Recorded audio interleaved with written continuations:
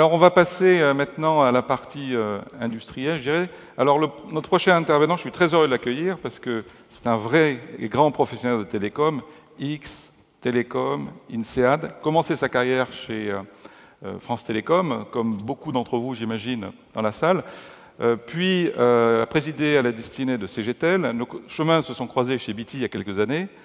Et maintenant, depuis février 2010, je crois, tu présides aux destinées, brillamment d'ailleurs, de TDF, grand groupe industriel français, qui, en plus, subit une mutation assez importante. Donc, Olivier, je suis particulièrement heureux de t'accueillir sur la scène et de t'écouter. Merci beaucoup.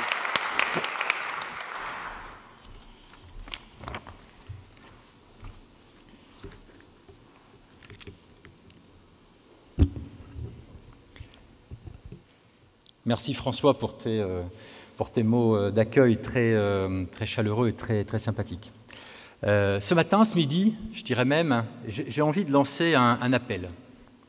Si dans 10 ans, nous voulons pouvoir encore réfléchir à la télévision de demain, il faut penser collectif.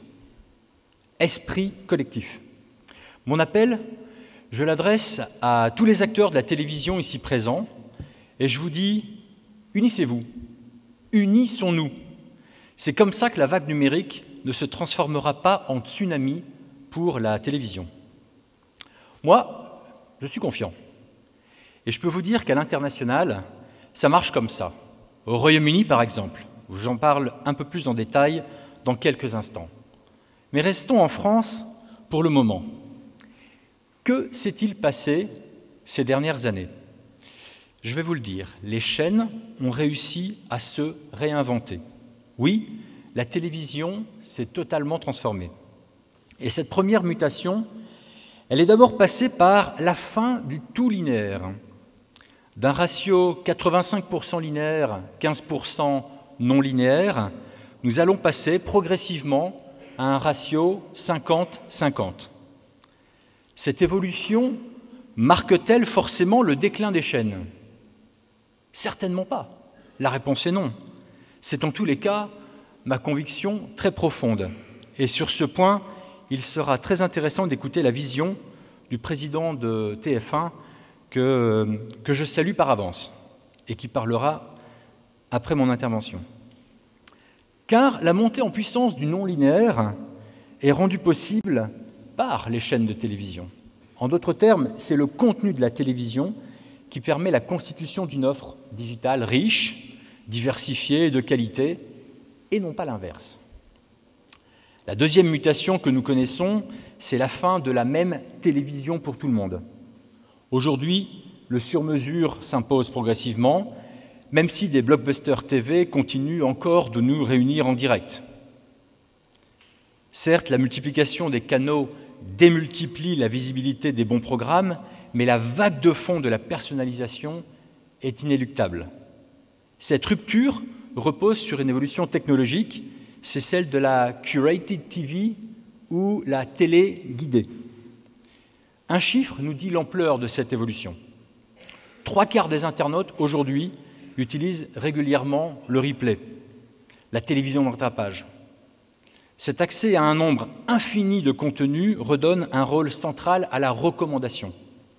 C'est parce que nous avons accès à l'illimité que nous avons besoin d'être aiguillés, orientés, guidés en fonction de nos envies, de nos désirs, de nos humeurs.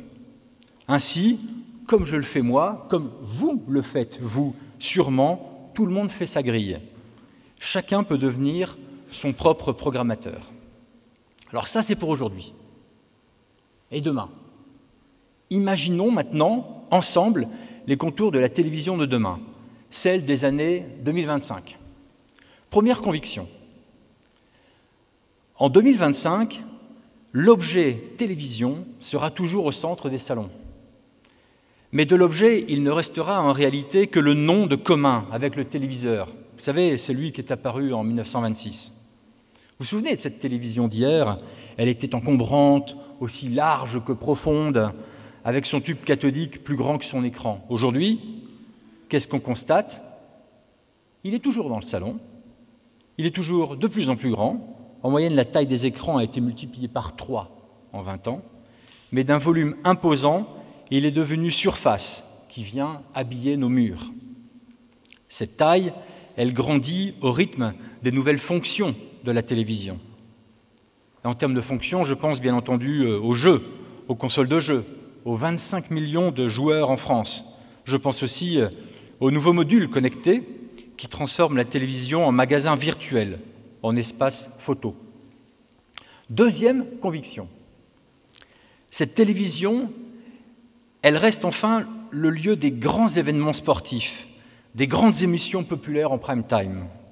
L'Euro, et je ne suis pas le 23 juin, là je parle bien de foot, en est un excellent exemple.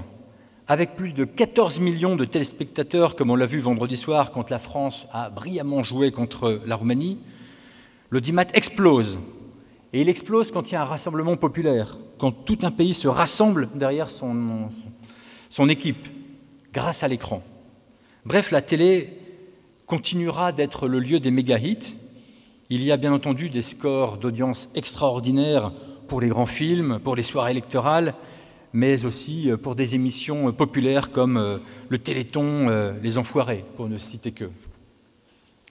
Troisième conviction, la télévision de demain, elle sera plus immersive, plus interactive. C'est ce que j'appelle, moi, la télévision amplifiée. Cette télévision amplifiée, elle passe d'abord par une intégration complète du numérique pour créer de nouvelles expériences. Je suis par exemple convaincu que le second écran va se généraliser. C'est dans cette perspective que nous avons, chez TDF, développé une expérimentation avec Arte et son programme phare Track. Qu'est-ce que c'est? Vous regardez votre programme habituel sur votre télévision et en même temps, vous accédez en direct, via votre tablette ou un smartphone, à des bonus vidéo, des photos, à des sons, à des bons plans en lien avec votre programme. Cette télévision amplifiée, elle plonge le téléspectateur au cœur du spectacle. Et ça, la technologie va y faire beaucoup.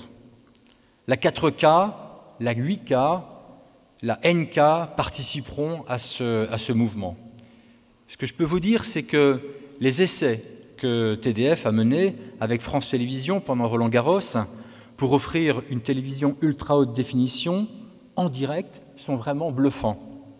La qualité des détails, le grain de la terre battue, la puissance des couleurs vous donnent le sentiment d'être au beau milieu du terrain, à côté des joueurs. Est-ce que la 4K sera la nouvelle norme? Très probablement.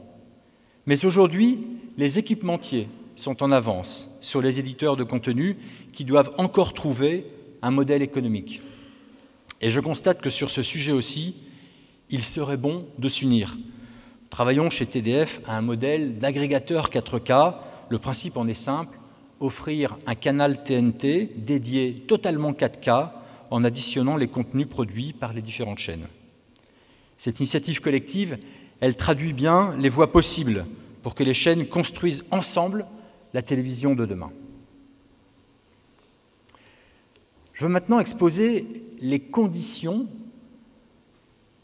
du succès pour les acteurs de la télévision, pour que ces acteurs de la télévision puissent écrire une nouvelle page de la télévision.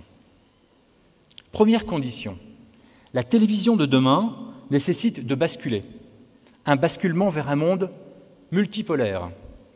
Le monde multipolaire, c'est d'abord beaucoup plus d'hybrides pour intégrer la TNT au cœur de l'écosystème digital. Mettre plus d'hybrides, c'est penser la complémentarité des technologies, c'est travailler à la meilleure articulation entre le numérique et le hertzien, par exemple.